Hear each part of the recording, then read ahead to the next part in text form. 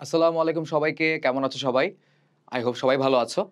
তো আজকে আমরা একটি কবিতা পড়ব।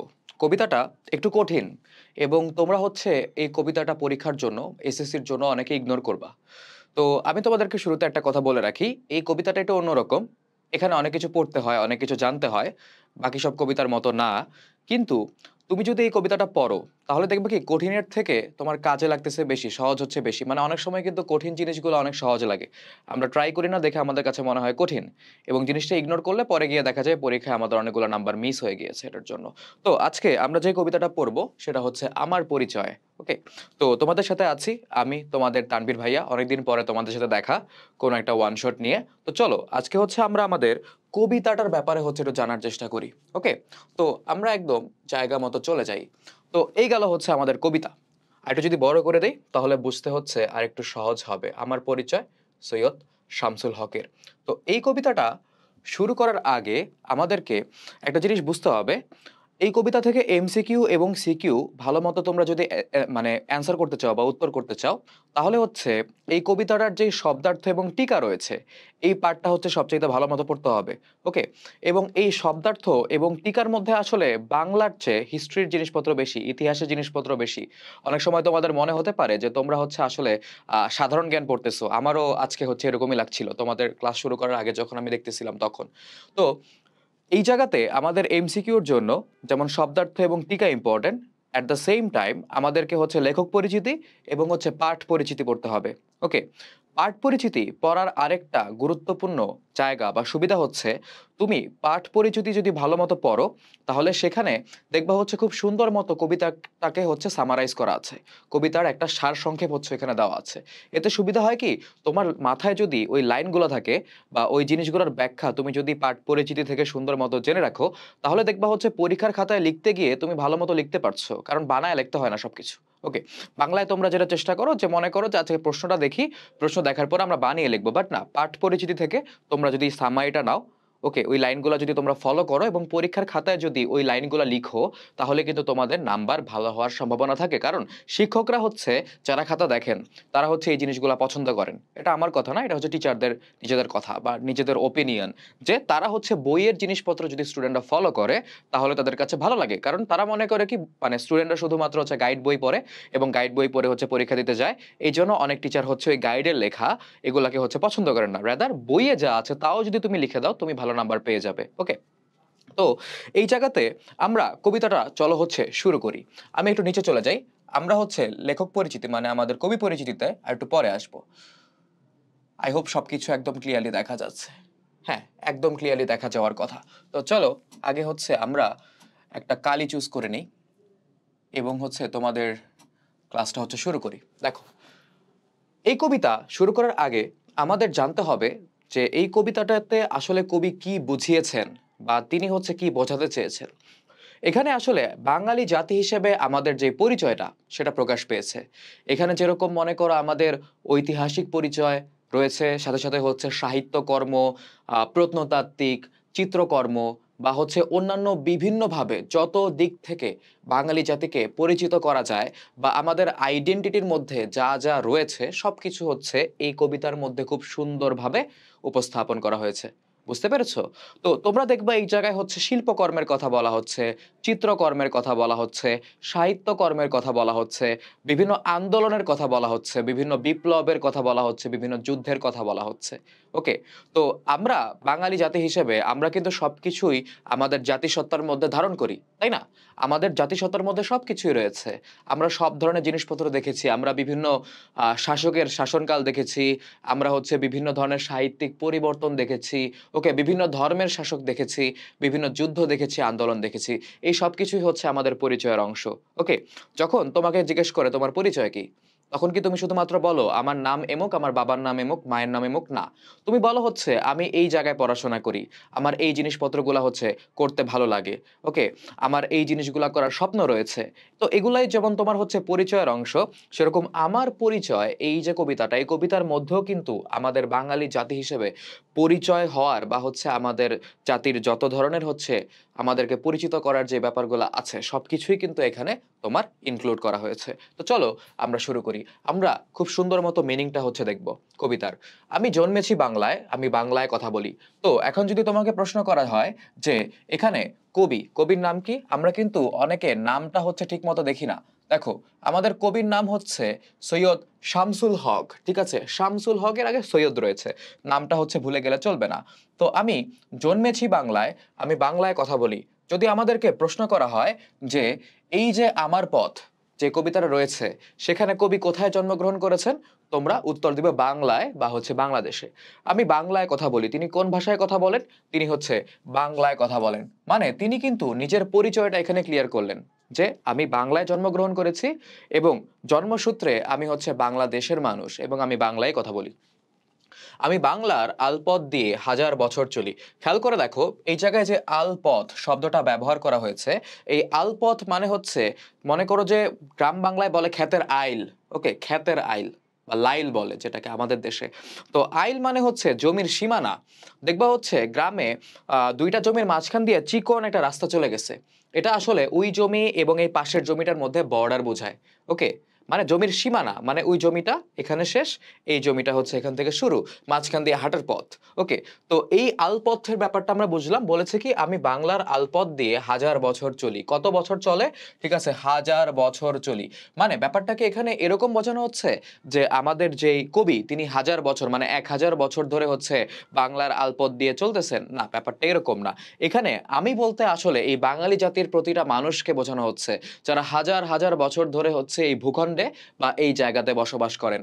মানে এই বাঙালি জাতি হাজার বছর ধরে এই ভূমিতে পদচারণা করছে, তারা এখানে বসবাস করেছে এবং এখানে হচ্ছে তারা তাদের পরিবার, সন্তান সন্ততি, সমাজ, দেশ সবকিছু হচ্ছে তৈরি করেছে হাজার বছর ধরে। তো এটাই বুঝতে পেরেছো যে আমি বাংলার আলপথ দিয়ে হাজার বছর চলি। ওই যে একটা এক্সাম্পল দেয় না যে হচ্ছে তুমি যখন জন্ম হও নাই তখন থেকে আমি এই এলাকার রাস্তাঘাটে দৌড়াই, খেলি। ওকে, এই এলাকার হচ্ছে আম গাছ, জাম গাছ সবকিছু হচ্ছে আমার চেনা। মানে কি, আমি অনেক, মানে ওই লোকটা হচ্ছে অনেক আগে থেকে ওই এলাকায় থাকে। তো সেরকম ভাবে এখানে বলা হচ্ছে আমি বাংলার আলপথ দিয়ে হাজার বছর চলি, মানে আমাদের কবি বোঝাচ্ছে যে বাঙালি জাতি হাজার বছর ধরে এখানে বসবাস করছে এবং এখানে হচ্ছে বেড়ে উঠেছে। বুঝতে পেরেছো? আমি পলিমাটে চলি, পলিমাটি কোমলে আমার চলার চিহ্ন ফেলে। দেখো, পলিমাটি, পলিমাটি বলতে এই জায়গায় মনে করো নরম মাটি বা আমাদের যে মাটি, পলি জমে যে মাটিটা হয়, উর্বর মাটি, সেটাকে বোঝানো হচ্ছে।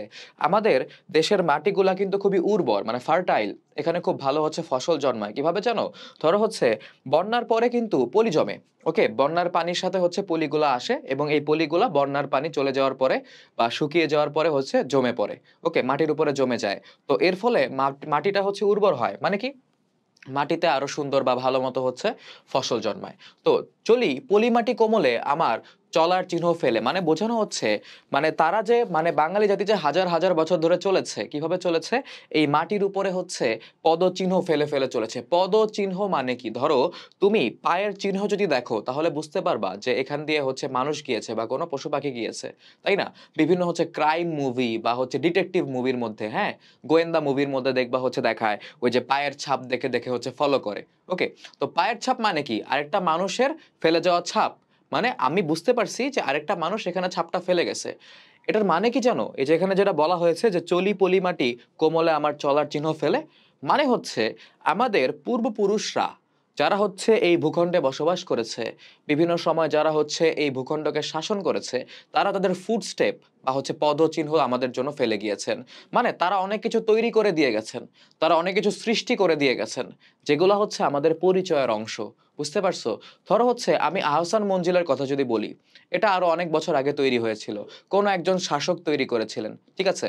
তো এই আহসান মঞ্জিলটা যে তৈরি করেছিলেন তিনি কিন্তু নাই, কিন্তু তার এই যে মনে করো তৈরি করা কাজ বা এই যে মনে করো কর্ম, এটা কিন্তু আমাদের ঐতিহ্যের একটা অংশ, আমাদের প্রত্নতাত্ত্বিক নিদর্শনের একটা অংশ কিন্তু এই আহসান মঞ্জিল। তো ব্যাপারটা হচ্ছে এরকম যে চলি পলিমাটি কোমলে আমার চলার চিহ্ন ফেলে, মানে এই পূর্বপুরুষরা যারা হচ্ছে এই ভূখণ্ডে ছিলেন, তারা তাদের চলার চিহ্ন বা পদচিহ্ন হচ্ছে তৈরি করে দিয়ে গেছেন, ফেলে গিয়েছেন আমাদের জন্য। তারপরে নতুন মানুষ এসেছেন, তারা চলে গিয়েছেন, আরো মানুষ এসেছেন, তারা চলে গিয়েছেন, এবং দিন শেষে হচ্ছে আমরা এই জিনিসগুলোকে এখন আমাদের পরিচয়ের অংশ বলি। ওকে, তো ব্যাপারটা হচ্ছে এরকম।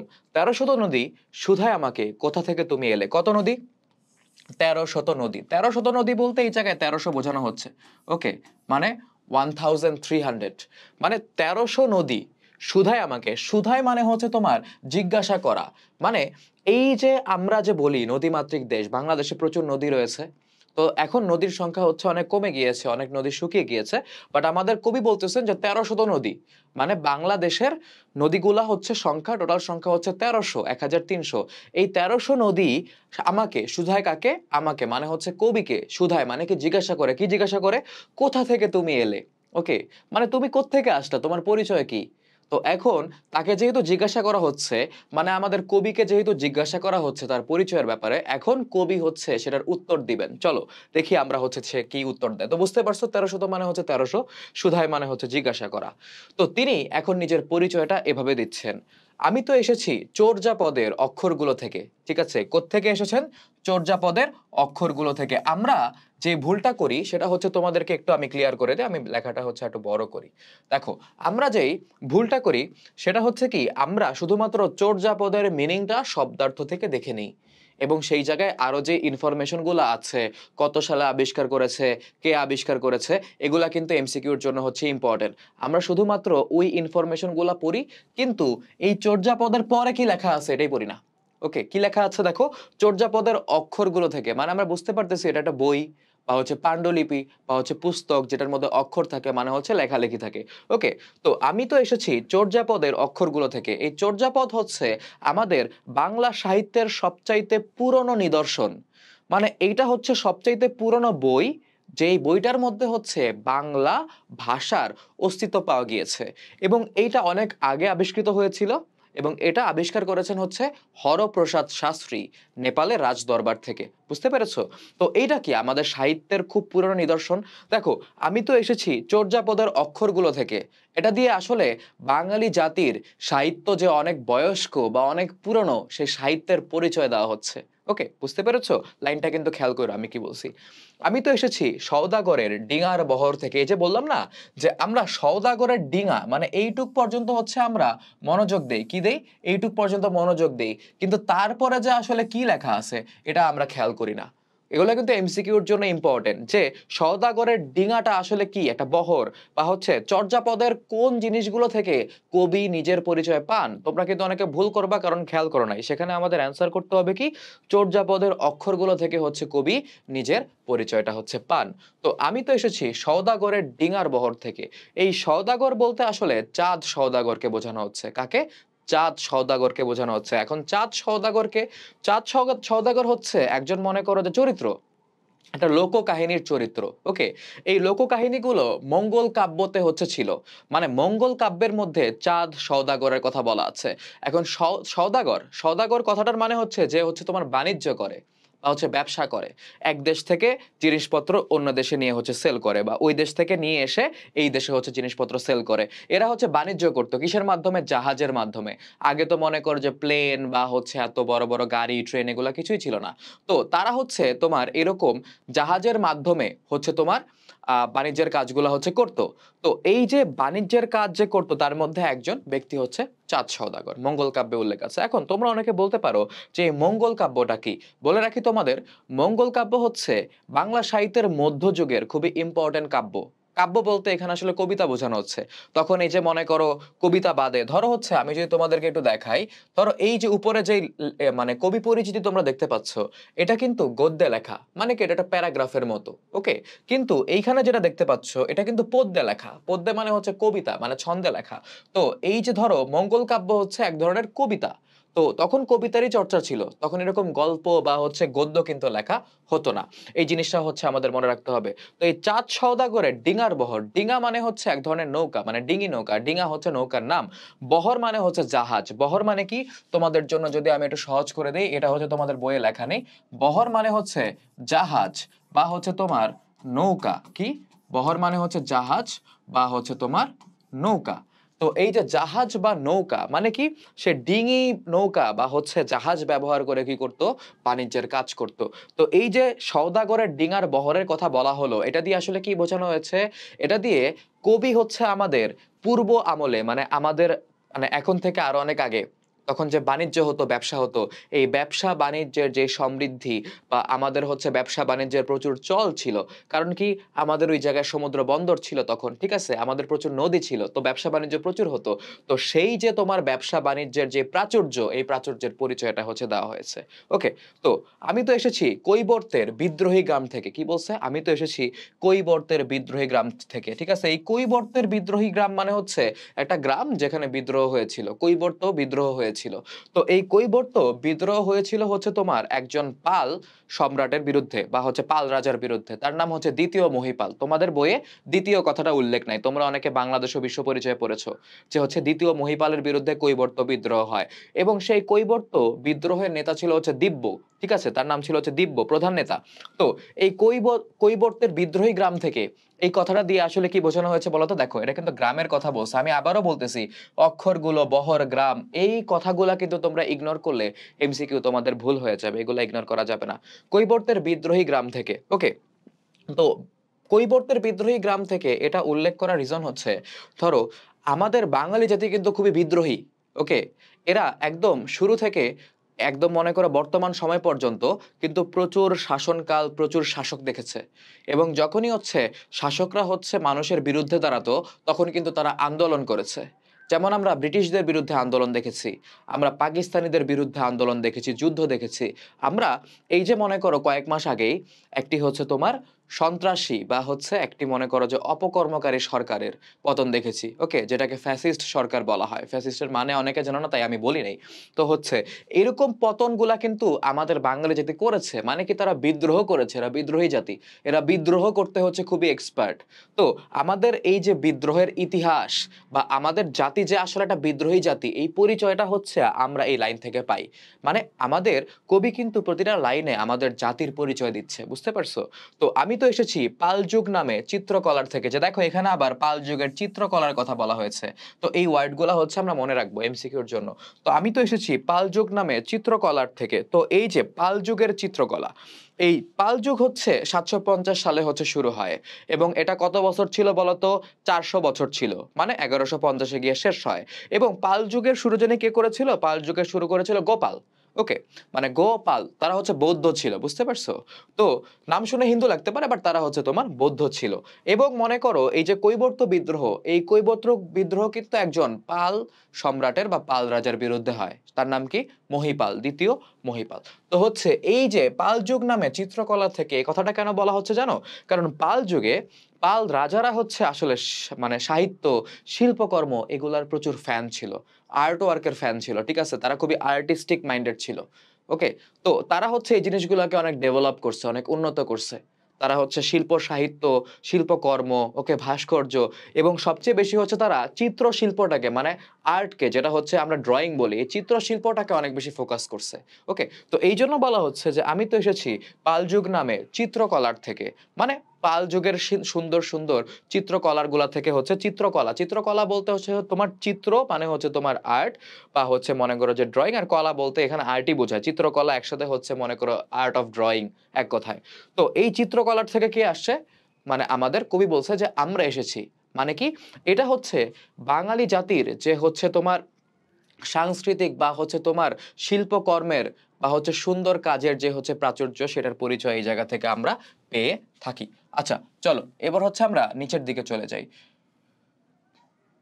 এই পরের পার্টগুলা হচ্ছে সহজ। বলতেছে এসেছি বাঙালি পাহাড়পুরের বৌদ্ধ বিহার থেকে। ঠিক আছে? এই পাহাড়পুরের বৌদ্ধ বিহার, যেটাকে হচ্ছে আমরা সোমপুর বিহার নামেও হচ্ছে চিনি। আমি কিন্তু তোমাদের বইয়ে যে হচ্ছে শব্দার্থ এবং টিকা আছে, এই শব্দার্থ টিকাটার কথাই হচ্ছে তোমাদেরকে ঘুরায় ফিরে আমি বলতেছি।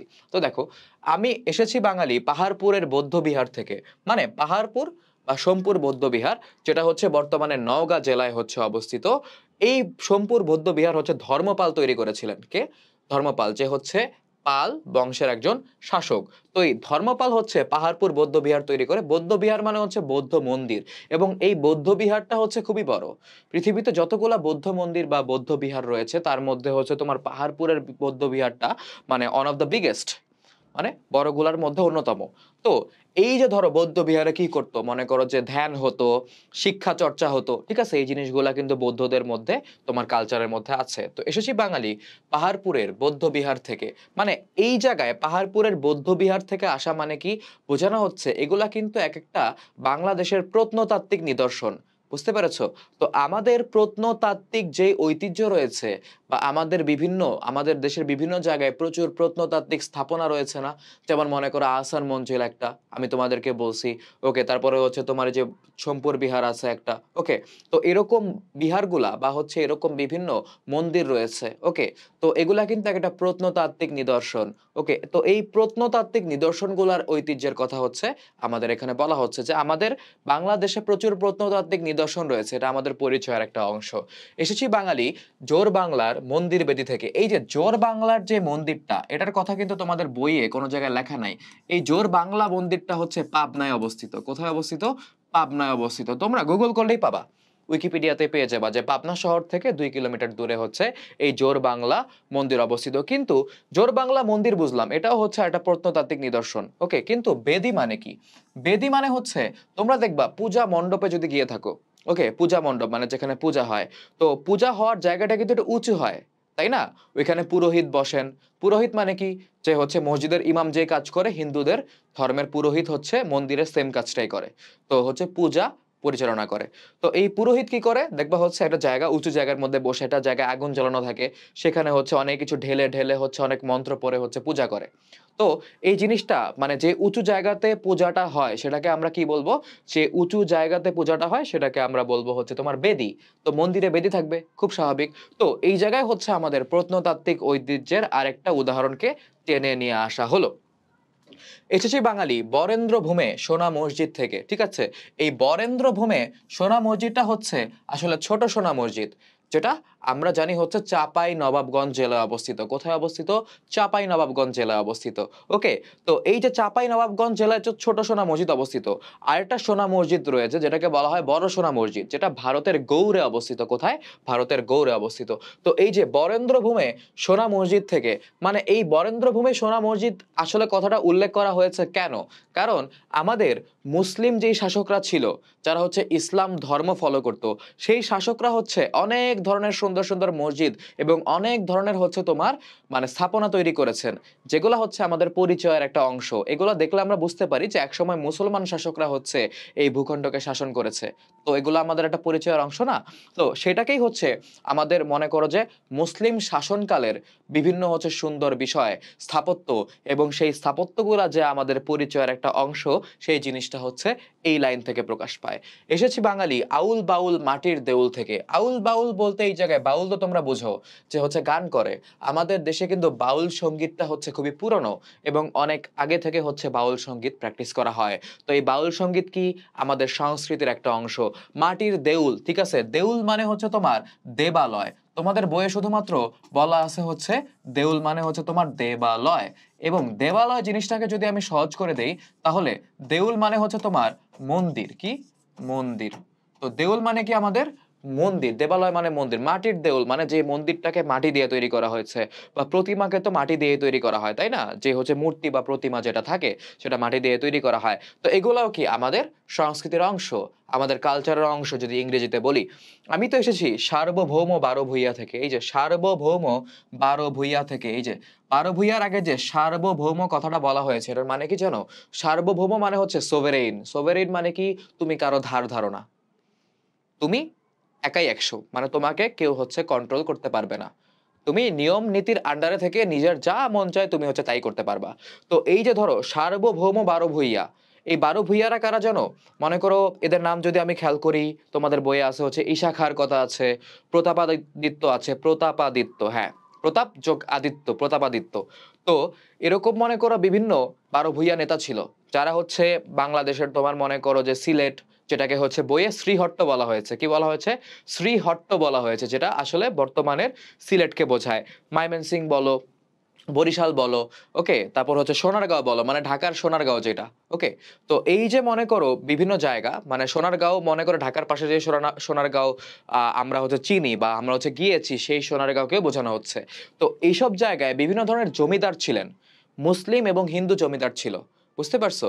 তো যখন হচ্ছে সম্রাট আকবর বাংলার দখল নিলেন, তখন এই যে ধরো মনে করো যে 12 ভূঁইয়ারা তারা বলছে যে না, আমরা আকবরের আন্ডারে যাব না, আমরা নিজেরাই সার্বভৌম থাকবো, আমরা স্বাধীন থাকবো। স্বাধীন 12 ভূঁইয়া বলা হয়ে থাকে এদেরকে। তো এই যে মনে করো তখনকার যেই জমিদাররা ছিল বাংলাদেশের বিভিন্ন প্রান্তে, তারা খুবই পাওয়ারফুল ছিল এবং তারা কিন্তু যুদ্ধ করছে আকবরের সেনাবাহিনীর বিপক্ষে, যে তারা হচ্ছে তাদের ক্ষমতা ছাড়বে না, তারা আকবরের আন্ডারে আসবে না। তো এই জন্য এদেরকে হচ্ছে সার্বভৌম 12 ভূঁইয়া বলে। তো এই 12 ভূঁইয়ারাও কিন্তু মনে করো যে আমাদের এই ভূখণ্ডটাকে বিভিন্ন অংশে শাসন করেছে, তো তারাও এই জায়গার শাসক ছিল। তার মানে আমাদের পরিচয়ের মধ্যে তাদের ব্যাপারটাও হচ্ছে ইনক্লুডেড। এই জন্য তাদের কথা এখানে বলা হয়েছে যে আমি তো এসেছি সার্বভৌম 12 ভূঁইয়া থেকে, আমি তো এসেছি কমলার দিঘি মহুয়ার পালা থেকে। এগুলো আমাদের এক একটা সাংস্কৃতিক ঐতিহ্যের কথা মনে করিয়ে দেয়। কমলার দিঘি মহুয়ার পালা হচ্ছে ময়মনসিংহ গীতিকারের এক একটি পালা, বুঝতে পারছো? এগুলা হচ্ছে ময়মনসিংহ গীতিকারের এক একটি পালা, যেগুলো আমাদের সংস্কৃতির পরিচয় দেয়। আমি তো এসেছি তিতুমির আর হাজী শরীয়ত থেকে। এই যে তিতুমির এবং হাজী শরীয়ত, ঠিক আছে, তিতুমিরকে আমরা চিনি শহীদ তিতুমির, যার ভালো নাম হচ্ছে মীর নিসার আলী। ওকে, তো তিনি কিন্তু ইংরেজদের বিরুদ্ধে এবং ওই যে ইংরেজদের যেই হচ্ছে তোমার আনুগত্য যারা ছিল, ঠিক আছে, ইংরেজদের অনুগত বিভিন্ন হিন্দু জমিদার, এরা কি করতো জানো? এরা হচ্ছে ওই জায়গার স্থানীয় কৃষক বা ওই জায়গার মানুষদেরকে হচ্ছে অনেক অত্যাচার বা হচ্ছে তোমার নিপীড়ন নির্যাতন এগুলা করতো। তো সেই জায়গা থেকে আমাদের তিতুমির কিন্তু ইংরেজদের বিরুদ্ধে এবং ওই অত্যাচারী জমিদারদের বিরুদ্ধে আন্দোলন করে এবং হচ্ছে মানে বিপ্লব করার চেষ্টা করে। তিনি কিন্তু বাঁশের কেল্লাও তৈরি করেছেন, কিন্তু ইংরেজদের বিরুদ্ধে আন্দোলন করারত অবস্থায় তিনি শহীদ হন। তার মানে কি, তিনি এই জায়গায় বাঙালি জাতির স্বাধীনতা চেতনা এবং হচ্ছে বিপ্লবী চিন্তার একটা হচ্ছে পরিচয় দেন, তাই তার কথা এখানে বলা হয়েছে। হাজী শরীয়তুল্লাহ, যাকে হাজী শরীয়ত বলা হয়, তিনি জন্মগ্রহণ করেছিলেন মাদারীপুরে। বর্তমানে যে মাদারীপুর রয়েছে সেই মাদারীপুরে জন্মগ্রহণ করেছেন। তিনি আসলে খুবই ইম্পর্টেন্ট একটা ক্যারেক্টার ইসলাম ধর্মের জন্য। তিনি অনেক লম্বা সময় ধরে মক্কায় ছিলেন। ঠিক আছে, তোমরা তো জানো মক্কা আসলে কি। মক্কা হচ্ছে আমাদের তীর্থস্থান, পবিত্র ভূমি, ওকে, মুসলমানদের।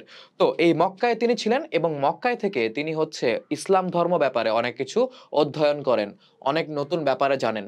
তার মেইন কাজটা ছিল হচ্ছে তখনকার মানুষের মধ্যে ধর্মীয় যে কুসংস্কার রয়েছে, মানে মানুষ হচ্ছে ধর্মকে অন্যরকম মনে করত এবং ধর্মের ভয়ভীতি দেখিয়ে মানুষ মানুষকে অত্যাচার করত, ধর্মের নিয়ম কানুনকে হচ্ছে লঙ্ঘন করত।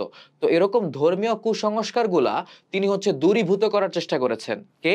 এই যে আমাদের হাজী শরীয়তুল্লাহ। ওকে, এই জন্য তিনি হচ্ছে অনেক ইম্পর্টেন্ট। এছাড়া হচ্ছে তিনি ফরায়েজি আন্দোলনের হচ্ছে নেতৃত্ব দিয়েছেন।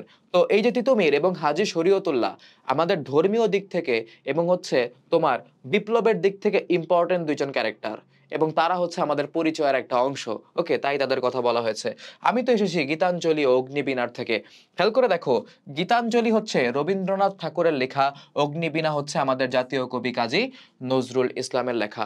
গীতাঞ্জলি এবং অগ্নিবীণা এই দুইটাই হচ্ছে আমাদের সাহিত্যের খুবই গুরুত্বপূর্ণ দুইটা অংশ, গুরুত্বপূর্ণ দুইটা গ্রন্থ।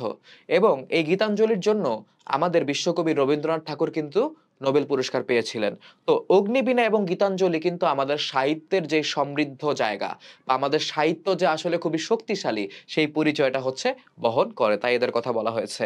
এসেছি বাঙালি ক্ষুদিরাম আর সূর্য সেনের থেকে। ক্ষুদিরাম বসু এবং হচ্ছে মাস্টার দা সূর্য সেন। এই মাস্টার দা সূর্য সেনের নামে হচ্ছে ঢাকা বিশ্ববিদ্যালয়ে কিন্তু একটা হল রয়েছে। এই ক্ষুদিরাম বসু এবং মাস্টার দা সূর্য সেন, সূর্য সেন কিন্তু বাংলাদেশের চট্টগ্রামে জন্মগ্রহণ করেছিলেন, রাউজানে, চট্টগ্রামের রাউজানে জন্মগ্রহণ করেছিলেন। তো এই দুইজন কিন্তু ইংরেজদের বিরুদ্ধে আন্দোলনের খুবই গুরুত্বপূর্ণ দুইজন ক্যারেক্টার। আমাদের ক্ষুদিরাম হচ্ছে তোমার মানে তাকে হচ্ছে ফাঁসিতে ঝোলানো হয়। তিনি হচ্ছে ইংরেজি মানে হচ্ছে জেনারেল বা হচ্ছে তোমার কর্মকর্তা কিংসফোর্ডকে হত্যা করতে গিয়ে আসলে দুজন ইংরেজ নারীকে হত্যা করেন, তাই তাকে হচ্ছে ফাঁসিতে ঝোলানো হয়। এবং সূর্য সেন কিন্তু চট্টগ্রাম দখল করে নিয়েছিলেন। আমাদের সূর্য সেন কিন্তু চট্টগ্রাম দখল করে নিয়েছিলেন, কিন্তু আনফরচুনেটলি, দুর্ভাগ্যবশত, তিনি বেশি দিন তার দখলটা ধরে রাখতে পারেননি এবং তাকে হচ্ছে কিন্তু পরবর্তীতে হত্যা করা হয়। তো এই দুইজন হচ্ছে ইংরেজদের বিরুদ্ধে আন্দোলন করেছেন। তার মানে পরাধীনতার বিরুদ্ধে তারা সোচ্চার ছিলেন। তার মানে বাঙালি যে আসলে পরাধীন থাকে না, বাঙালি যে আসলে বিপ্লবে ফেটে পড়ে বা নিজের আত্ম উৎসর্গ করতে পারে, মানে নিজেকে উৎসর্গ করতে পারে দেশ এবং জাতির জন্য, সেটার পরিচয় হচ্ছে আমরা এখান থেকে পাই, যেটা আমাদের বাঙালি জাতির পরিচয়ের একটা অংশ। এসেছি বাঙালি জয়নুল আর অবন ঠাকুর থেকে। জয়নুল আবেদিন শিল্পাচার্য, জয়নুল আবেদিন অবন ঠাকুর মানে হচ্ছে অবনীন্দ্রনাথ ঠাকুর।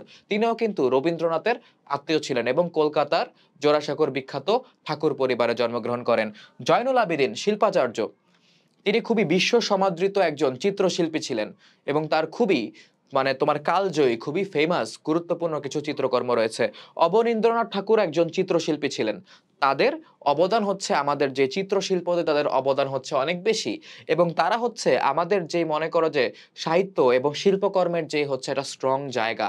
আমাদের শিল্পকর্ম আমাদের শিল্পগুলা যে আসলে খুবই সুন্দর এবং শক্তিশালী এবং খুবই হচ্ছে মনে করো যে ভাস্ট মানে বোঝাচ্ছে কি এটা অনেকে অনেক কাজ করেছেন, অনেক ভালো ভালো চিত্রশিল্পী ছিলেন, সেটার পরিচয় হচ্ছে এই জায়গা থেকে আমরা পাই, যেটা আমাদের জাতীয় পরিচয়ের একটা অংশ।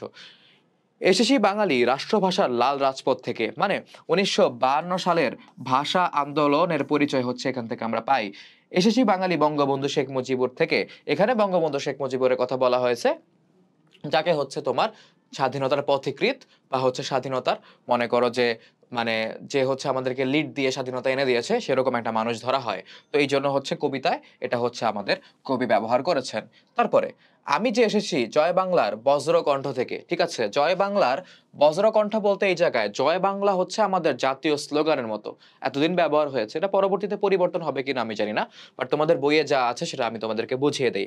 জয় বাংলা বলতে আসলে মনে করো আমাদের জয় জয়কার বোঝায় এবং এই যে জয় বাংলা এই কথাটা কিন্তু মানুষকে অনেক উজ্জীবিত করেছে মুক্তিযুদ্ধের সময়ও, এবং এইটা বেসিক্যালি হচ্ছে বঙ্গবন্ধু শেখ মুজিবুর রহমান ব্যবহার করতেন। ওকে, তো আমি যে এসেছি জয় বাংলার বজ্রকণ্ঠ থেকে, তো সেই জয় বাংলার ডাক বা সেই জয় বাংলার আহ্বান এটা আমাদের জন্য খুবই ইম্পর্টেন্ট, সেটা হচ্ছে কবি এখানে বোঝাচ্ছেন এবং এটা আমাদের পরিচয়ের একটা অংশ, সেটা এখানে প্রকাশ পেয়েছে।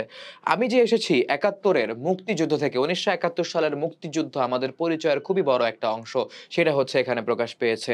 এসেছি আমার পেছনে হাজার চরণ চিহ্ন ফেলে, মানে আমার বলতে এই জায়গায় কবির কথা বলা হচ্ছে না, আমাদের পূর্বপুরুষ যারা এতদিন ধরে হচ্ছে তারা শাসক ছিলেন, তারা আন্দোলন করেছেন, তারা বিপ্লব করেছেন, তারা সাহিত্যকর্ম করেছেন। ওকে, তারা মনে করো যে অনেকে অনেক সুন্দর সুন্দর স্থাপত্য, অনেক সুন্দর সুন্দর প্রত্নতাত্ত্বিক নিদর্শন হচ্ছে আমাদের জন্য তৈরি করে গিয়েছেন।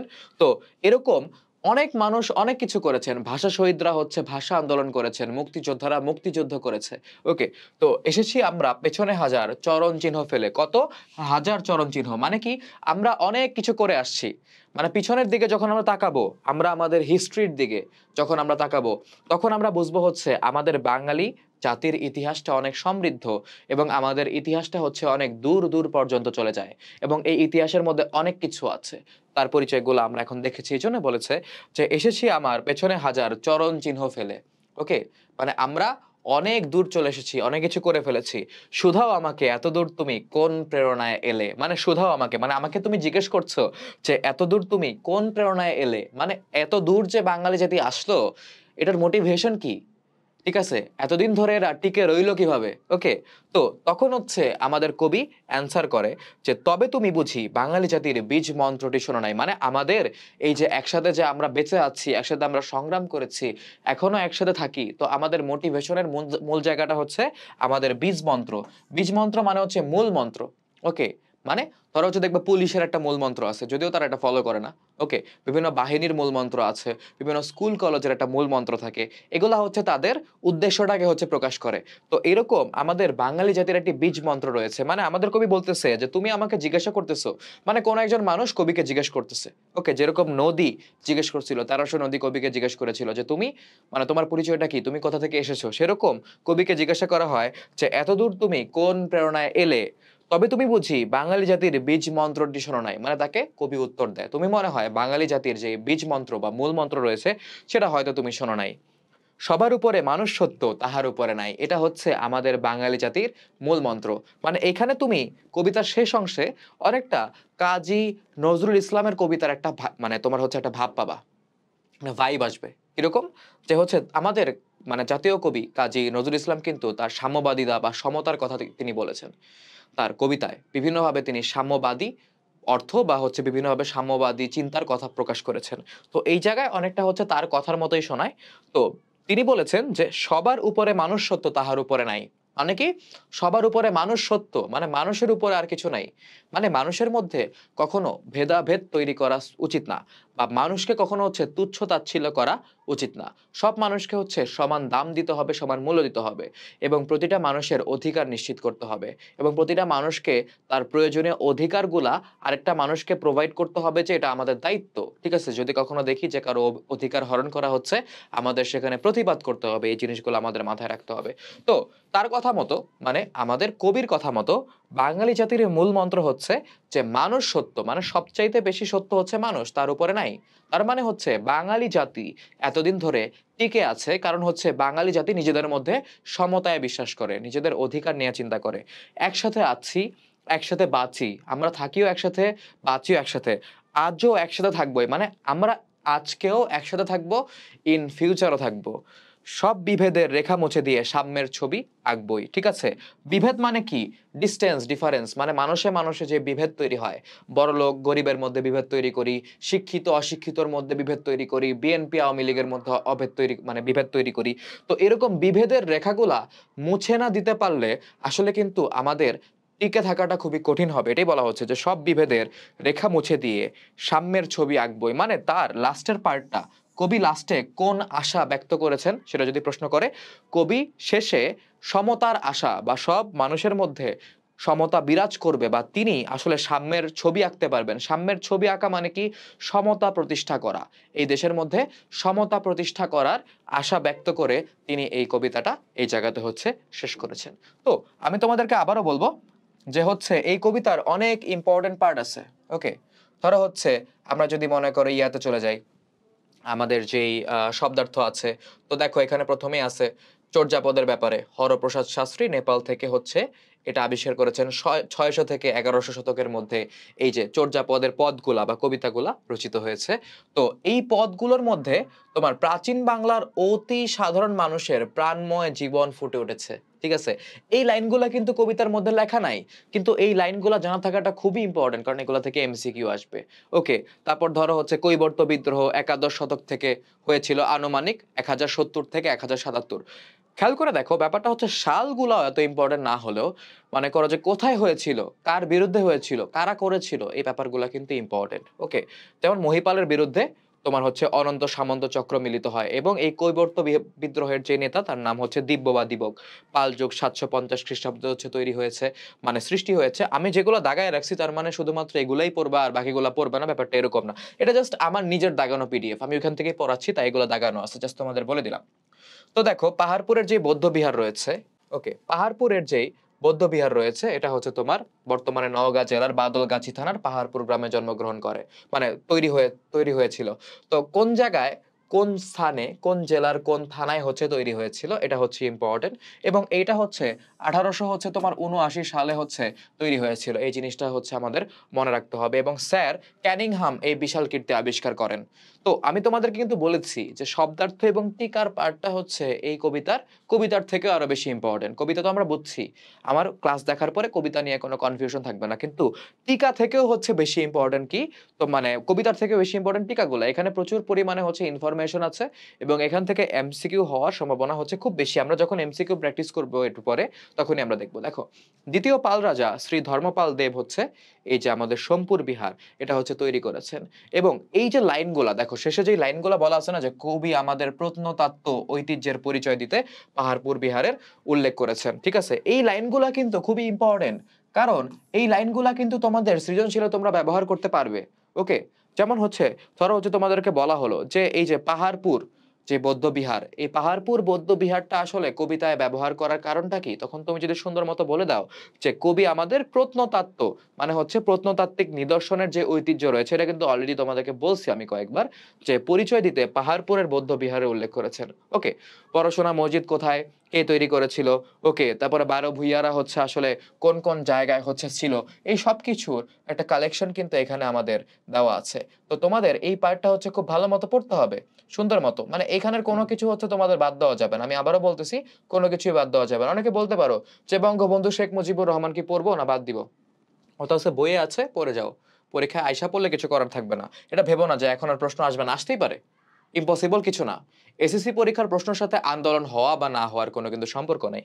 ওকে, এখন এই পাঠ পরিচিতি কিন্তু অনেকে তোমরা বাদ দিয়ে দাও বা পাঠ পরিচিতি খেয়াল করো না। ওকে, তো সৈয়দ শামসুল হকের মানে তোমার হচ্ছে খুবই ইম্পর্টেন্ট একটা ইনফরমেশন দেওয়া, সেটা হচ্ছে কিশোর কবিতা সমগ্র। এই কিশোর কবিতা সমগ্র থেকে হচ্ছে আমার পরিচয় এই কবিতাটা নেওয়া হয়েছে। মনে করো একটা কবিতা থেকে যদি কোনো প্রশ্ন আসে, তার মধ্যে খুব বেশি চান্স থাকে যে এইটা কোন গ্রন্থ থেকে নেওয়া হয়েছে সেই প্রশ্নটা পরীক্ষায় আমাদের আসবে। ওকে, এবং যখন আমরা পড়বো তখন কোন ইনফরমেশনটা হচ্ছে ইম্পর্টেন্ট আর কোন ইনফরমেশনটা হচ্ছে ইম্পর্টেন্ট না, সেই জিনিসটা কিন্তু আমাদেরকে বুঝতে হবে। দেখো, এবং এই যে পুরা কবিতার একটা সুন্দর একটা সারসংক্ষেপ কিন্তু এখানে আমাদের দেওয়া আছে। দেখো, আমি যদি রিড আউট করি, বলা হয়েছে যে সম্পাদিত আকারে চয়ন করা হয়েছে, যাই হোক, বাংলাদেশ আজ স্বাধীন সার্বভৌম একটি দেশ। আত্মমর্যাদাবোধ সম্পন্ন এই স্বাধীন সার্বভৌম রাষ্ট্র ও জাতিসত্তা প্রতিষ্ঠার পশ্চাতে মানে পিছনে ব্যাকগ্রাউন্ডে আছে সমৃদ্ধ এক ইতিহাস। মানে আমাদের ইতিহাসটা কিন্তু খুবই সমৃদ্ধ। সৈয়দ শামসুল হক গভীর মমত্বের সঙ্গে খুবই যত্ন করে কবিতার আঙ্গিকে চিত্রিত করেছেন সমৃদ্ধ সেই ইতিহাস। মানে আমাদের এই ইতিহাসটাকে কবিতার আঙ্গিকে কবিতার মতো করে হচ্ছে রিপ্রেজেন্ট করেছেন। ঐতিহ্য ও সংস্কৃতির পটভূমি মানে আমাদের ঐতিহ্য এবং সংস্কৃতির পটভূমিটা হচ্ছে তিনি, মানে কনটেক্সটটা, মানে কোন জায়গা থেকে আমাদের ঐতিহ্য, কোন জায়গা থেকে আমাদের সংস্কৃতি এসেছে, সেটা কিন্তু এখানে ব্যাখ্যা করেছেন। দেখো, সহজিয়াপন্থী বৌদ্ধ কবিদের, সহজিয়াপন্থী মানে কি, তারা মানে লাইফটাকে খুবই সিম্পলি দেখতো। ওকে, মানে লাইফকে কমপ্লিকেটেড করে আসলে কোনো কিছু লাভ হয় না, লাইফটাকে তারা খুবই সিম্পলি দেখতো। এই সহজিয়াপন্থী বৌদ্ধ কবিদের সৃষ্ট চর্যাপদ, মানে কারা হচ্ছে এই চর্যাপদ সৃষ্টি করেছে? দেখো, বৌদ্ধ কবিরা হচ্ছে চর্যাপদ সৃষ্টি করেছে। এটা কি কবিতায় দেওয়া আছে? না। এটা কি আমাদের শব্দার্থ এবং টিকায় দেওয়া আছে? না, সেখানেও দেওয়া নেই। এটা কই দেওয়া আছে? পাঠ পরিচিতিতে। তার মানে পুরা বইয়ের মেইন পার্টটা, ওকে, এমসিকিউ এবং সিকিউ কিন্তু ইনক্লুডেড। বইয়ের এমসিকিউ, বইয়ের অনুশীলনের এমসিকিউ এবং সিকিউ গুলার আসার সম্ভাবনা থাকে 50%, এবং এগুলো আসেও বোর্ডে, তোমরা খেয়াল করলেই দেখবা। তো এই যে আমাদের পার্টটা, এটা পাঠ পরিচিতিতে আছে। শুধুমাত্র আমার পরিচয় কেন, কোনো কবিতা, কোনো হচ্ছে গদ্য, কোনো পদ্য, কোনো কিছুরই হচ্ছে তোমার পাঠ পরিচিতি বাদ দেওয়া যাবে না। তো এই সহজিয়াপন্থী বৌদ্ধ কবিদের সৃষ্ট চর্যাপদের মধ্যে বাঙালি জাতিসত্তার যে অসাম্প্রদায়িক জীবনবোধের পরিচয়, এই যে দেখো, অসাম্প্রদায়িক জীবনবোধের পরিচয়, মানে আমরা সাম্প্রদায়িকতার বিশ্বাস করতাম না, সেই পরিচয়টা হচ্ছে এখানে প্রকাশ পেয়েছে। তার মানে কি, আমরা সম্প্রদায় বা ধর্মের মধ্যে কোনো তফাৎ করতাম না, হিন্দু মুসলিম এগুলোর মধ্যে কোনো তফাৎ করতাম না। এই অসাম্প্রদায়িক জীবনবোধের পরিচয় মুদ্রিত হয়ে আছে। মুদ্রিত মানে হচ্ছে টাইপ হওয়া, মানে তারা লিখছেন বা চর্যাপদের মধ্যে এই জিনিসটার ব্যাপারে বলা আছে, সেই জিনিসটাই হচ্ছে সুন্দর মতো মুদ্রিত হয়ে আছে হিসেবে আমরা ব্যাখ্যা করেছি। তো এই যে দেখো, অসাম্প্রদায়িক জীবনবোধের পরিচয় যে মুদ্রিত হয়েছে, এটা কি তোমার ইয়াতে বলা আছে? শব্দার্থ টিকায় না, বলা নাই। তো আমাদের কিন্তু এরকম বুঝতে হবে, এগুলা কিন্তু বহুপদী সমাপ্তি সূচকের জন্য খুবই ইম্পর্টেন্ট।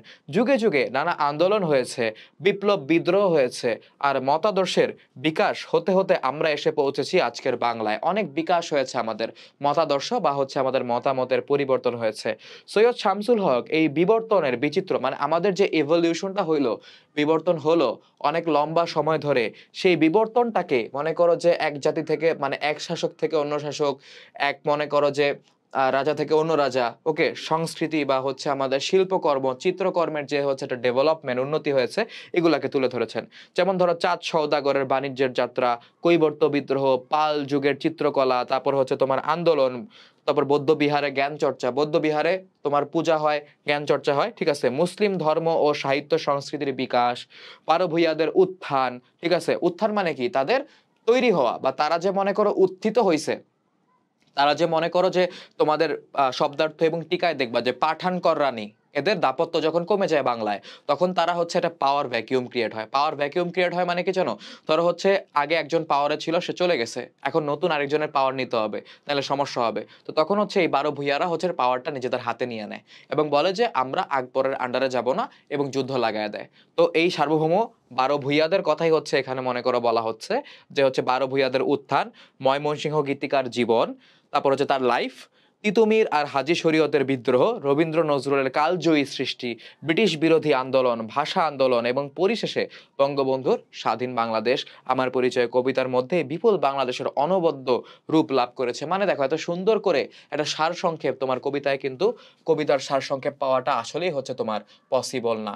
চলো আমরা চলে যাই হচ্ছে আমাদের লেখক পরিচিতি, যেটা দিয়ে হচ্ছে আজকে আমরা আমাদের পাঠ শেষ করবো, এরপর আমরা এমসিকিউ দেখবো। দেখো, সৈয়দ শামসুল হক কত তারিখে এবং কত সালে জন্মগ্রহণ করেছেন সেটা ইম্পর্টেন্ট, কিন্তু আসার সম্ভাবনা বেশি। কিন্তু তুমি কোথায় জন্মগ্রহণ করেছেন সেটা কিন্তু আসার সম্ভাবনা আরো বেশি। মানে এই যে তারিখটা, ডেট এবং হচ্ছে তারিখ, এটার আসার সম্ভাবনা কম কিন্তু ইম্পর্টেন্ট। কিন্তু কুড়িগ্রাম শহরে জন্মগ্রহণ করেছেন, এগুলা কিন্তু বেশি আসে। পিতার নাম মাতার নাম জেনে রাখাটা ইম্পর্টেন্ট, কিন্তু পিতার নাম মাতার নাম মনে করো যে আমরা কিন্তু দেখি না অত বেশি আসতে, কিন্তু এসে পড়ে। ওকে, তো আমি জাস্ট তোমাদেরকে কোনটা গুরুত্বপূর্ণ বেশি কোনটা কম সেটা বোঝাচ্ছি। কোনটাও কম কম গুরুত্বপূর্ণ না, কোনটাই বেশি না, যে কোনো কিছু আসতে পারে, বাট আমরা স্টিল একটা ক্লাসিফিকেশন করব। তিনি ঢাকা কলেজিয়েট স্কুলে পড়ছেন, জগন্নাথ কলেজে পড়ছেন, ইন্টারমিডিয়েট পাস করছেন সেই জায়গা থেকে, জগন্নাথ কলেজ থেকে ডিউতে মানে ঢাকা বিশ্ববিদ্যালয়ে ভর্তি হয়েছেন, কিছুদিন পড়াশোনা করছেন কিন্তু এরপর করেন নাই। তিনি সাংবাদিকতা বেছে নিয়েছিলেন একসময় পেশা, কিন্তু পরবর্তীতে সাংবাদিকতা ছেড়ে দিয়ে তিনি সার্বক্ষণিক সাহিত্যকর্মে নিমগ্ন থেকে বৈচিত্র্যময় সম্ভারে বাংলা সাহিত্যকে সমৃদ্ধ করেন। মানে কি, তিনি হচ্ছে পরবর্তীতে সাহিত্যকর্মে মনোযোগ দেন এবং সাহিত্য কাজ করতেই তিনি হচ্ছে মানে তার সময়গুলা ব্যয় করতেন। তিনি গল্প, কবিতা, উপন্যাস, নাটক অনেক কিছু রচনা করেছেন। শিশুতোষ রচনাও তার রয়েছে। বাংলা ভাষা ও সাহিত্য অবদানের জন্য তিনি অনেক পুরস্কারও পেয়েছেন। ম্যাক্সিমাম দেখবা হচ্ছে ইম্পর্টেন্ট কবি লেখক এই যে 21শে পদক, বাংলা একাডেমি পুরস্কার এবং অন্যান্য সাহিত্য পুরস্কার এগুলো কিন্তু তারা পায়। এখন গ্রন্থের ক্ষেত্রে আমাদের বুঝতে হবে কোনটা গ্রন্থ, কোনটা নাটক, কোনটা উপন্যাস, ঠিক আছে? এগুলো কিন্তু মনে রাখতে হবে। যেমন গ্রন্থের মধ্যে আছে হচ্ছে একদা এক রাজ্যে, বৈশাখে রচিত পঙ্ক্তিমালা। ওকে, এটা কিন্তু অনেকবার এমসিকিউতে আসে, আমাদের সময়ও আসছিল, মনে আছে। অগ্নি ও জলের কবিতা, ঠিক আছে, গ্রন্থ। আবার কবিতার বই লিখে দিও না, ওকে। রাজনৈতিক কবিতা, এটা হচ্ছে তার বইয়ের নাম, ওকে, টপিকের নাম না। তারপর দেখো গল্পর বই কি আছে, গল্প আছে শীতের বিকেলে, রক্ত গোলাপ, ঠিক আছে। আবার এইটার সাথে কাজী নজরুল ইসলামের রক্ত করবি, ঠিক আছে, এটা হচ্ছে মিলায় ফেলো না। তো এই যে দেখো, এই যে ধরো হচ্ছে তোমার রক্ত গোলাপ, তারপর হচ্ছে তোমার মনে করো যে আনন্দের মৃত্যু, তারপর হচ্ছে জলেশ্বরীর গল্পগুলো, এগুলো এক একটা কি, এগুলো হচ্ছে এক একটা তোমার গল্প। উপন্যাসের মধ্যে আছে বৃষ্টি ও বিদ্রোহীগণ। খেয়াল করে দেখবা যেটা একটা দেওয়া থাকে সেগুলাই প্রশ্নতে বেশি আসে। এরকমই কিন্তু হয় যে তোমাকে বলবে যে বৃষ্টি ও বিদ্রোহীগণ এটা হচ্ছে আমাদের সৈয়দ শামসুল হকের কেমন হচ্ছে সৃষ্টিকর্ম, তখন লিখতে হবে হচ্ছে উপন্যাস। আর নাটক, এই যে পায়ের আওয়াজ পাওয়া যায় নুরুল দিনের সারা জীবন, ঈর্ষা, এই পায়ের আওয়াজ পাওয়া যায় নুরুল দিনের সারা জীবন, এগুলা খুবই ফেমাস নাটক, ওকে। আর শিশুতোষ গ্রন্থ একটাই, সেটা হচ্ছে সীমান্তের সিংহাসন, ওকে। এগুলা কিন্তু তোমার জানা থাকাটা খুবই ইম্পর্টেন্ট। আর তিনি কবে মৃত্যুবরণ করেন সেই ডেটটা হচ্ছে আমাদের এখানে দেওয়া আছে। চলো আমরা হচ্ছে এখন কিছু এমসিকিউ হচ্ছে প্র্যাকটিস করি। প্রথমে বলা আছে, আমার পরিচয় কবিতায় কোন প্রত্নতাত্ত্বিক নিদর্শনের উল্লেখ আছে? আমরা জানি প্রত্নতাত্ত্বিক নিদর্শনের মধ্যে এই যে বৌদ্ধ বিহার, সোমপুর বৌদ্ধ বিহার বা হচ্ছে তোমার পাহাড়পুর বৌদ্ধ বিহার, যেটা সেটার কথা হচ্ছে আমাদের উল্লেখ রয়েছে।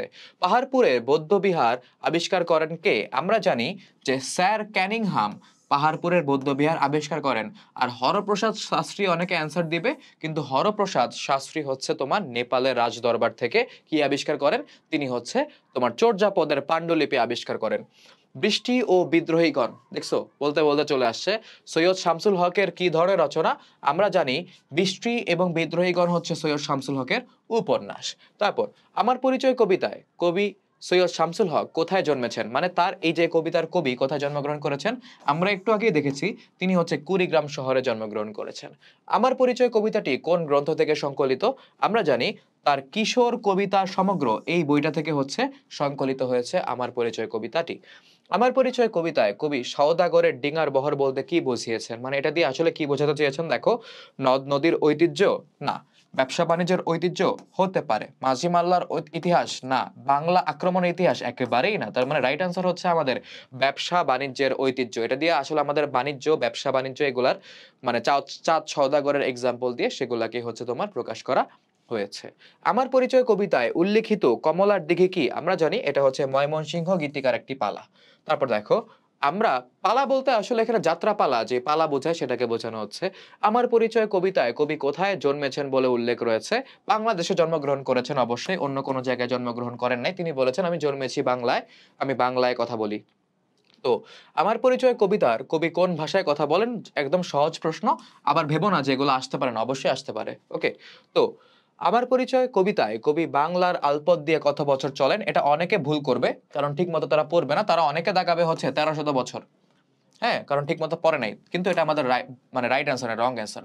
তো এখানে বলা হয়েছে 100 বছরও বলা হয় নাই, লক্ষ বছরও বলা হয় নাই, বলা হয়েছে যে 1000 বছর ধরে তিনি বাংলার আলপথ দিয়ে চলেন। ওকে, এগুলা কিন্তু কবিতায় খেয়াল করতে হবে, না খেয়াল করলেই হচ্ছে আমাদের ভুলটা হবে। আমার পরিচয় কবিতায় কবি পলিমাটি কোমলে কিভাবে চলেন, এগুলা খুব খেয়াল না করলে, মনোযোগ দিয়ে না পড়লে কিন্তু আমাদের ভুল হওয়ার সম্ভাবনা সবচেয়ে বেশি। ধীর গতিতে খুব দ্রুত চলার চিহ্ন ফেলে, চলার চিহ্ন লুকিয়ে, অবশ্যই এখানে বলা আছে তিনি তার চলার চিহ্ন বা পায়ের চিহ্ন ফেলে হচ্ছে ওই পলি মাটির উপর কোমলভাবে হেঁটে যান। ওকে, তো 13শত নদী কবিকে কি শুধায়, 13শত নদী কবিকে কি জিজ্ঞাসা করে? ঠিক আছে, মানে 13শত নদী কবিকে জিজ্ঞাসা করেছিল কোথা থেকে তুমি এলে, মানে তোমার আগমন স্থল কোথায়, তোমার পরিচয় কি? এটা হচ্ছে 13শত নদী আমাদের কবিকে জিজ্ঞাসা করেছিল। আমার পরিচয় কবিতার কবি চর্যাপদের কি থেকে এসেছেন, এই যে দেখো বললাম তোমাদের ওয়ার্ডগুলো হচ্ছে খেয়াল করতে হবে, তিনি চর্যাপদের অক্ষরগুলো থেকে হচ্ছে এসেছেন। তারপর কবি কার ডিঙার বহর থেকে এসেছেন, আমরা জানি যে বলা হয়েছে কবি সওদাগরের ডিঙার বহর থেকে হচ্ছে এসেছেন। কবি কোন বিদ্রোহী গ্রাম থেকে আসার কথা বলেছেন, তিনি কৈবর্তের বিদ্রোহী গ্রাম থেকে আসবেন এটা বলা হয়েছে। ঠিক আছে, তারপর কবি কোন যুগের চিত্রকলা থেকে এসেছেন, আমরা সুন্দর মতো জানি যে পাল যুগের চিত্রকলা থেকে কবি এসেছেন, এটা বলা হয়েছে। ওকে, আমার পরিচয় কবিতায় বাঙালি কোন বৌদ্ধ বিহার থেকে এসেছে বলে উল্লেখ আছে, এখানে পাহাড়পুরের বৌদ্ধ বিহারের কথা বলা আছে, নালন্দাও বলা হয়নি, ময়নামতীও বলা হয়নি, তক্ষশিলাও বলা হয়নি। ওকে, আমার পরিচয় কবিতায় বাঙালি বরেন্দ্র ভূমির কি থেকে এসেছে বলে উল্লেখ আছে, বরেন্দ্র ভূমির সোনা মসজিদ থেকে হচ্ছে পরিচয়টা এসেছে, এটা বলা হয়েছে। তারপর খেয়াল করো, আমার পরিচয় কবিতায় কাদের সার্বভৌম বলা হয়েছে, আমরা জানি 12 ভূঁইয়াদের সার্বভৌম বলা হয়েছে। এগুলা এমসিকিউ গুলা তোমার কবিতার পুরা কনসেপ্টকে এবং কবিতার মধ্যে যত ধরনের ইনফরমেশন দেওয়া আছে সেই ইনফরমেশন গুলাকে একদম ক্লিয়ার করে দিবে। বুঝতে পেরেছো? তারপর দেখো, আমার পরিচয় কবিতায় বাঙালি জাতির কোন বীজ মন্ত্রটির কথা বলা হয়েছে, সবার উপরে মানুষ সত্য, তাহার উপরে নাই। ওকে, তারপর দেখো খেয়াল করে বলা হচ্ছে যে আমার পরিচয় কবিতায় ব্যবহৃত আলপথ শব্দের অর্থ কি, আমরা জানি জমির সীমানাকে হচ্ছে আলপথ বলা হয়ে থাকে। ওকে, এটা কিন্তু ভুল করলে চলবে না। বাংলা ভাষা ও সাহিত্য ঐতিহ্যের প্রথম নিদর্শন কি, আমরা খুব সহজেই বলতে পারবো যে আমাদের প্রথম নিদর্শন হচ্ছে চর্যাপদ। ওকে, চর্যাপদের পাণ্ডুলিপি উদ্ধার করেন কে, আমরা জানি যে হরপ্রসাদ শাস্ত্রী হচ্ছে চর্যাপদের পাণ্ডুলিপি উদ্ধার করেন। তারপর চর্যাপদের পাণ্ডুলিপি কোন দেশ থেকে উদ্ধার করা হয়, আমরা জানি যে নেপাল থেকে হচ্ছে এটা উদ্ধার করা হয়। ওকে, প্রাচীন বাংলার অতি সাধারণ মানুষের প্রাণময় জীবনচিত্র ফুটে উঠেছে কোনটিতে, দেখো এটা কিন্তু আমাদের মানে শব্দার্থ এবং টিকার মধ্যে দেওয়া আছে। কোথায়? চর্যাপদের মধ্যে ফুটে উঠেছে কি, প্রাচীন বাংলার অতি সাধারণ মানুষের প্রাণময় জীবনচিত্র ফুটে উঠেছে হচ্ছে তোমার চর্যাপদে। চাঁদ সওদাগরের বাণিজ্যের কথা আছে কিসে, ঠিক আছে, আমরা দেখছি যে এটা তোমরা যদি তোমাদের শব্দার্থ এবং টিকা পড়ো দেখবা হচ্ছে মঙ্গল কাব্যে চাঁদ সওদাগরের কাহিনী উল্লেখ আছে, এটা বলা আছে। তার মানে আমাদের কি পড়তে হবে, আমাদের শব্দার্থ এবং টিকা পড়তে হবে, না হলে হচ্ছে আমরা এগুলো অ্যান্সার করতে পারবো না। অ্যান্ড ইউ ডোন্ট নো যে হচ্ছে কোয়েশ্চেনটা আসলে কোন জায়গা থেকে করবে, তাই না? তো কৈবর্ত বিদ্রোহের নেতা কে ছিল, আমরা জানি যে আমাদের শব্দার্থ এবং টিকার মধ্যে বলা আছে যে দিব্য বা দিব্যক, সে হচ্ছে তোমার কৈবর্ত বিদ্রোহের নেতা ছিল। কত সালে বঙ্গে পাল যুগের সূচনা হয়, এটাও হচ্ছে শব্দার্থ এবং টিকা থেকে। 750 সালে হচ্ছে পাল যুগের সূচনা হয় এবং পাল যুগ ছিল কয় বছর, 400 বছর, সুন্দর মতো 400 বছর, অনেক লম্বা সময় কিন্তু এরা স্টে করছে। দেখো বলা হচ্ছে কি, বঙ্গে পাল যুগের সূচনা কে করেন, আমরা জানি যে গোপাল হচ্ছে পাল যুগের সূচনা করেন। ওকে, আর পাল বংশের রাজত্ব টিকে ছিল কয় বছর, একটু আগে দেখছি আমরা, সেটা হচ্ছে 400 বছর। পাহাড়পুরের বৌদ্ধ বিহার কোন জেলায় অবস্থিত, আমরা জানি পাহাড়পুরের বৌদ্ধ বিহার নওগাঁয় অবস্থিত। ওকে, পাহাড়পুরের বৌদ্ধ বিহার কত সালে আবিষ্কৃত হয়, এটা কিন্তু আমাদের মানে তোমার শব্দার্থ এবং টিকায় দেওয়া আছে 1879 সালে স্যার ক্যানিংহাম হচ্ছে এই যে পাহাড়পুরের বৌদ্ধ বিহার আবিষ্কার করেন। পাহাড়পুর বৌদ্ধ বিহার তৈরি করেছিলেন কে, আমরা জানি এটা কিন্তু স্যার ক্যানিংহাম বলে দিও না, স্যার ক্যানিংহাম হচ্ছে আবিষ্কার করছে, মাটি মাটি উঠায় উঠায় হচ্ছে তিনি খুঁজে পাইছেন। কিন্তু এই যে আমাদের পাহাড়পুরের বৌদ্ধ বিহার তৈরি করেছিলেন হচ্ছে ধর্মপাল, এটা অনেকে হচ্ছে ভুল করে, গোপাল বলে না। গোপাল তো মনে করো যে পাল বংশের বা পাল যে রাজত্ব এটা সূচনা করেছিল, স্টার্ট করছিল, কিন্তু ধর্মপাল, ঠিক আছে, বলা আছে দেখবা যে ধর্মপাল দেব, কি ধর্মপাল দেব, সে হচ্ছে তোমার এই যে আমাদের মানে পাহাড়পুরের যে বৌদ্ধ বিহার, এই বৌদ্ধ বিহারটা হচ্ছে তিনি তৈরি করেছিলেন। ছোট সোনা মসজিদ কোন জেলা অবস্থিত, আমরা জানি ছোট সোনা মসজিদ চাপাই নবাবগঞ্জ জেলা অবস্থিত। অনেকে নওগাঁ বলবে, কিন্তু নওগাঁ অ্যান্সার করা ভুল, কারণ নওগাঁয় কি আমাদের পাহাড়পুর অবস্থিত। তো বাংলার 12 ভূঁইয়াদের নেতা কে ছিলেন, আমরা দেখবো যে ঈশা খাঁ হচ্ছে বাংলায় 12 ভূঁইয়াদের নেতা ছিল, ক্ষয়ের উপর চন্দ্রবিন্দুরা দেয় নাই। তো বারো ভূঁইয়াগণ কোন শক্তির বিরুদ্ধে বিদ্রোহ করেন? অনেকে বলবে যে কররানী শক্তির বিরুদ্ধে বিদ্রোহ করেন, না এটা ভুল। পাঠান কররানীদের শক্তি যখন বাংলায় কমে যায় তখন হচ্ছে এই আমাদের বারো ভূঁইয়ারা আস্তে আস্তে অ্যাক্টিভ হওয়া শুরু করে। কিন্তু তারা কি পাঠান কররানীদের বিরুদ্ধে যুদ্ধ করেছিল? না, বলা হয়েছে কি বারো ভূঁইয়াগণ কোন শক্তির বিরুদ্ধে বিদ্রোহ করে? তারা হচ্ছে তোমার মোগল শক্তির বিরুদ্ধে হচ্ছে মানে যুদ্ধ করে বা হচ্ছে তোমার মনে করো বিদ্রোহ করে। এই মোগল সম্রাট তখন কে ছিল? সম্রাট আকবর।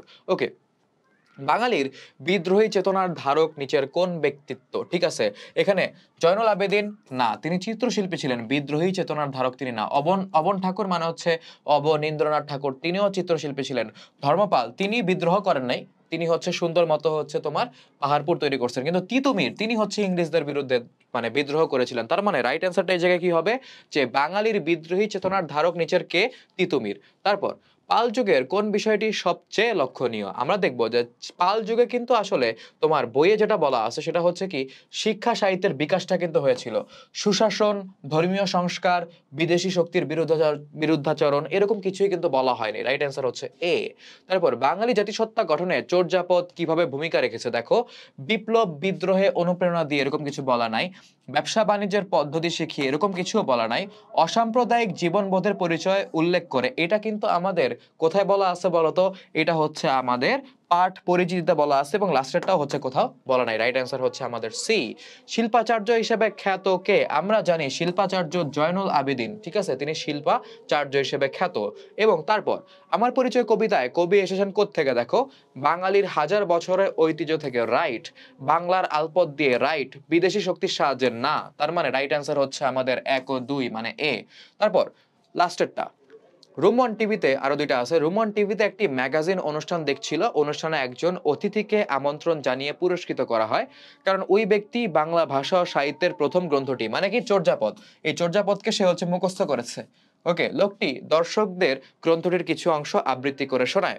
উদ্দীপকে আমার পরিচয় কবিতায় উল্লেখিত কোন গ্রন্থের কথা হচ্ছে বলা হয়েছে? অবশ্যই এখানে চর্যাপদের কথা বলা হয়েছে। ওকে, তোমরা অনেকে বলতে পারো ভাই এটা তো চর্যাপদ। না, এটা চর্যাপদ না, এটার উচ্চারণ হচ্ছে চর্যাপদ। ওকে, তো রুমন টিভিতে একটি ম্যাগাজিন অনুষ্ঠান দেখছিল, এটা বলা হয়েছে। উদ্দীপকে লোকটির আবৃত্তি করা গ্রন্থে কি প্রকাশ পেয়েছে? দেখো, এই জন্য বলছি যে তোমরা কবিতা, পাঠ পরিচিতি এবং হচ্ছে শব্দার্থ টিকা ভালো মতো পড়বে। প্রাচীন বাংলার সাধারণ মানুষের জীবনচিত্র, হ্যাঁ বলা আছে। অসাম্প্রদায়িক জীবনবোধের পরিচয়, হ্যাঁ বলা আছে। বাঙালির প্রাচীন বিদ্রোহের ঐতিহ্য, না বলা নাই। তার মানে রাইট অ্যান্সার হচ্ছে আমাদের 1 ও 2 নাম্বার এ। তো এই গেল হচ্ছে আজকে আমাদের ক্লাস। আর আমি বিশ্বাস করি হচ্ছে এই বিগত 56 মিনিটে তোমাদের কনসেপ্টটা পুরোপুরি ক্লিয়ার হয়ে গিয়েছে এবং তোমরা খুব ভালো মতো এই জায়গা থেকে এমসিকিউ গুলো এবং সিকিউ গুলো অ্যান্সার করতে পারবা। তো দেখা হবে নেক্সট কোনো ক্লাসে। তার আগে হচ্ছে তোমাদের জন্য জানাই শুভকামনা। ভালো থাকবে, সুস্থ থাকবে। আসসালামু আলাইকুম।